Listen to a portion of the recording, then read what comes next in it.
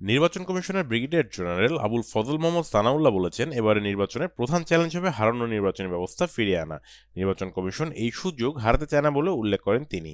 রোববার সকালে রংপুর আঞ্চলিক নির্বাচন কর্মকর্তা সম্মেলন কক্ষে ত্রয়োদশ জাতীয় সংসদ নির্বাচন সংক্রান্ত মতবিনিময় সভায় এসব বলেন তিনি। কমিশনার বলেন, বিগত সময়ে প্রিজাইডিং ও পোলিং অফিসাররা ঠিকভাবে কাজ করতে পারেনি, তবে এবার নিরপেক্ষ মানুষদের দায়িত্ব দেওয়া হবে এবং ক্ষমতায়ন করা হবে। একই সাথে সমভাবে ভোট আয়োজনের জন্য সকল পদক্ষেপ গ্রহণ করা হবে বলে উল্লেখ করেন তিনি। এনআইডি সংশোধনের জন্য 3,88,000 আবেদন পেন্ডিং আছে উল্লেখ করে নির্ভুল ভোটার তালিকা প্রস্তুত ও এনআইডিতে সঠিক তথ্য নিশ্চিত করতে সতর্কভাবে কাজ করার নির্দেশ দেন কমিশনার। মতবিনিময় শেষে নতুন ভোটারদের তথ্য সংগ্রহ কার্যক্রম পরিদর্শন করেন নির্বাচন কমিশনার।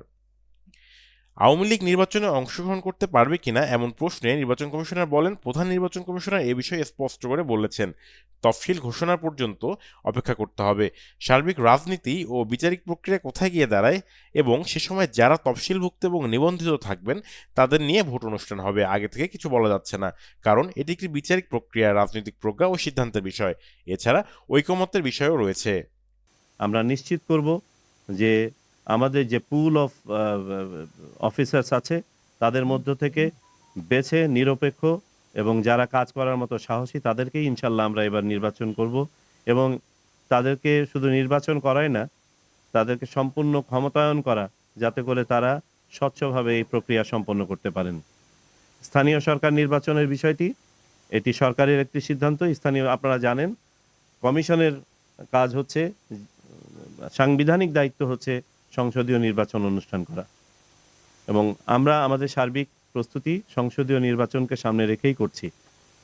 আর স্থানীয় সরকার নির্বাচন সংক্রান্ত কোনো সিদ্ধান্ত যদি সরকার গ্রহণ করে আগে বা পরে বা কিছু সংখ্যক, সেটা সময়েরই ব্যাপার। যখন এই সিদ্ধান্ত নেওয়া হবে সেই অনুযায়ী নির্বাচন কমিশন সহায়তা করবে। যে প্রার্থীকে এমপির চোখে দেখা, আমি মনে করি এটি একটি পরিবর্তিত পরিস্থিতি। বর্তমানে কোনো পলিটিক্যাল গভর্নমেন্টও ক্ষমতা নাই এবং অ্যাপলিটিক্যাল গভর্নমেন্টের কোনো প্রভাবও নাই, ভবিষ্যতে ইনশাল্লাহ থাকবে না। আর বর্তমান নির্বাচন কমিশনের অধীনে যা যা করা প্রয়োজন তাই করা হবে, যাতে করে সবাই সমভাবে সবার দিকে তাকান। আমাদের প্রধান নির্বাহী মাননীয় প্রধান উপদেষ্টা গত 16 ডিসেম্বরে জাতির উদ্দেশ্যে ভাষণে উনি একটা সম্ভাব্য সময় তুলে ধরেছেন এবং উনি তারপরে আবার কিছু কন্ডিশনের কথা উল্লেখ করেছেন যে যদি উনি উনি বলছেন যে এই বছরের ডিসেম্বর থেকে শুরু করে আগামী বছরের জুনের মধ্যে নির্বাচন অনুষ্ঠান করা সম্ভব, ডিপেন্ডিং অন কি পরিমাণ সংস্কার করা হবে না হবে। এবং আপনারা জানেন যে সংস্কার প্রক্রিয়া চলমান আছে, এর মধ্যে কিছু কিছু সংস্কার সুপারিশমালা ইতোমধ্যে সাবমিট করা হয়েছে। আমরা যেটা বুঝতে পেরেছি মাননীয় প্রধান উপদেষ্টার বক্তব্য থেকে, এরপরে একটা জাতীয় ঐক্যমত গঠন কমিশন গঠন করা হবে।